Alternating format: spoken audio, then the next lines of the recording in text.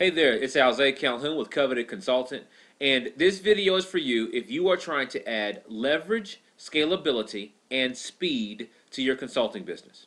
If any of those things sound good to you, then you need to hire an awesome virtual assistant. And so what I want to share with you in this video is exactly how I've done that. I've used the same exact process to hire people of my own, and I've hired some really, really good people. And I want to give the same process to you so that you can use it to hire really good people in your own consulting business. So starting here at the beginning, let's decide the need. And to be extremely clear, there is nothing more important than this step. If you get this step wrong, the rest of the process breaks down and you're not going to hire the right person. It's going to be more frustration than it will be productivity.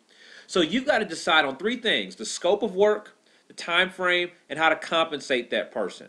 So scope of work deals with what exactly you're trying to get done. Are you trying to get 10 YouTube videos uploaded? Are you trying to close 15 new clients? Are you trying to get a white paper completed? Are you trying to finish your tell-all book? Whatever you're trying to get done, you've got to be clear on the scope of that project. What work do you want done?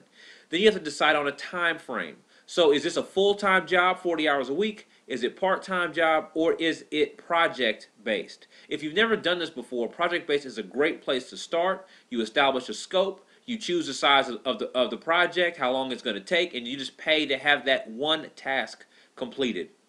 Third, you got to decide on how you want to compensate someone. So is it hourly? You're going to pay them by the hour. Is it retainer? You're going to pay them a monthly fee every month. Or is it salary plus benefit? So you'll pay them a base rate, and then if they hit certain goals, then you'll pay in addition. You'll pay over and above that. There are a lot of different ways to do this, but if you are not clear on the scope, time frame, and compensation plan for this person that you're hiring, everything else breaks down. So now you got to decide where you want to post the job. So you basically have two options here. You can post for US-based opportunities or for internationally based opportunities. So here are a list of places that you can go to post an opportunity. These are just a small sampling. There are many, many more. The good news is that all of these that I'm showing you here all have internal processes to help you search, vet, and communicate with your potential virtual assistant. The only place that doesn't is Craigslist. So, but all of the others have very specific ways to interact and engage with your prospective assistant. So once you know what your scope is, and once you have a sense of how you want the relationship to work, then these places can help you. So I have personally done Craigslist. I have done Elance myself, and I've also done Assist You down here at the bottom. But any of these can help you get to where you're trying to go as long as you're clear about where you're headed. So the next step here is to post the job. And what I'll include with this posting is I will include a template for a job description that you can download and use. For the sake of speed in this video, I won't break the whole thing down right now, but I'll summarize it by saying this. In the job description, you've got to be clear about what the job is, the work you want done. You've got to be clear about what you expect, like how fast you want it done and certain things that are most important, certain skills you need. And then third is you've got to communicate who the job is good for and who the job would not be good for. And so those can be specific skills, those could be attitudes, those could be locations, those could be certain tools they have to have access to, etc. But it's up to you to help define how this job is going to be done and the kind of tools that are required, the attitudes required to be good at it. Because you want the person reading the job description to self-select. So you want them to read the job description and go, oh, no, this doesn't fit me because I don't know this or that, or I don't have this attitude and that attitude, or I don't always have access to this or to that. Or you want them to say, oh, this job is for me because I can do this task, I have all the tools that they ask for, I have all the skills that they ask for. So the more detailed you are in the description, the much better response you'll get from the pool of virtual assistants. So again, I'll include a template that you can use to help speed up that process for you. So you want to follow up with the top tier candidates. This happens to me every time I put out a job posting. There's always a very quick top 10 or top 20% of people that I immediately like. I would encourage you to run with that group. Don't try to overanalyze and try to find a hidden gem or whatever. If you like how they've responded to you, then just go ahead and respond back to them. So what you want to send them is a quick note that gives your expectations and also asks for their expectations. What's important to note here is that the person that you are hiring is a person. They are a human being.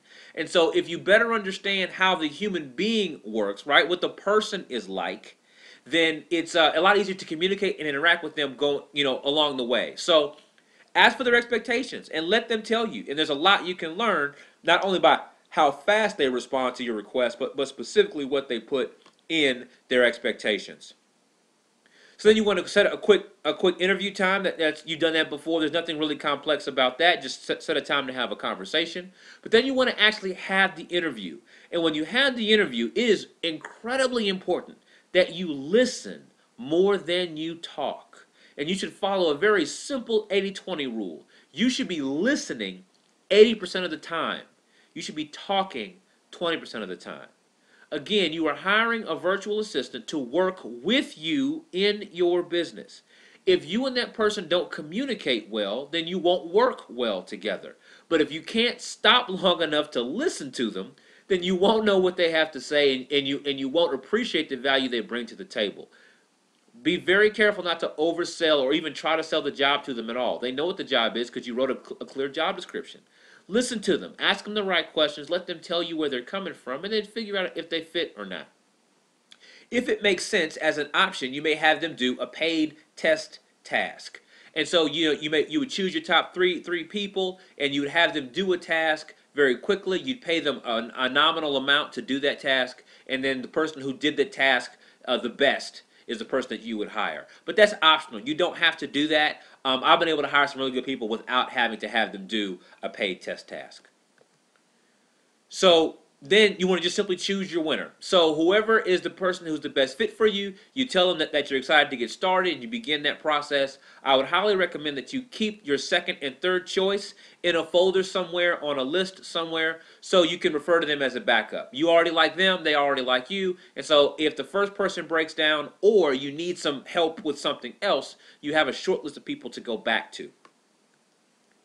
And now here's where, if you want to win for the long term, here's what you've got to do.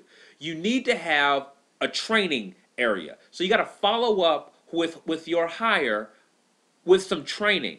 So you've got to have a private training area of some sort. And it doesn't have to be robust. It can simply be a Word document that lists out the task and the supporting steps. So how to do X, and then task 1, task 2, task 3, all the way down to task 10, or however many there are. But you need to be very clear with your virtual assistant on what you expect. They don't sit in an office with you, so they don't get a chance to pick up your informal cues. So you've got to be as direct as you can with exactly what you want them to do. Connected to that Word document that you give them is you'd have a task system or a task tracking system. This is simply an Excel spreadsheet. It doesn't have to be complex, but as they complete every subtask, just have them check them off or mark them off in the Excel spreadsheet, or keep notes in the Excel spreadsheet as you need them to do so.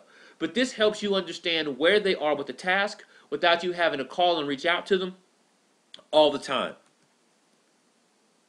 So, like I explained in the private training area, you've got a document that gives the overall task, the number of steps. You can also add a walkthrough video. I do this a lot, and the tool that I use is Screencast-O-Matic. And you can simply just explain what you want done one website at a time or one step at a time, and they can watch the video and follow the steps. That makes things very easy for you. Like I explained with the task tracking system, you can just simply put a spreadsheet in a Dropbox, share the spreadsheet with them in the Dropbox. They can always have access to it, and it updates things in real time. I mean, how cool is that? So that's very simple to do. And then you want to have them complete a daily report. So this is their report to you on what they've done for the day and where they stand with the tasks that you've given them. So it's just one less phone call that you have to make, and just one less reason to stop doing what you're already working on. They send you a quick report. It's outlined very clearly, and they get to tell you what they've done, what they haven't done, and what help they need from you. And so you can simply respond to that email, give them the help that they need, and things can keep flowing without you having to have daily meetings or have regular interruptions if they get stuck here or there with a given task. So what you've done is you've just been given a process for how to hire an awesome virtual assistant. You were clear about what you wanted up front. You know exactly where to post the description. You know how to follow up. You know how to train that person for success. Doing this gives you leverage, scalability, and efficiency. Breaking this down or allowing it to break down is going to break down your leverage, your scalability, and your efficiency. So I encourage you to please download the mind map and the supporting documents, all the templates, use them, and hire yourself a great assistant. Talk to you soon.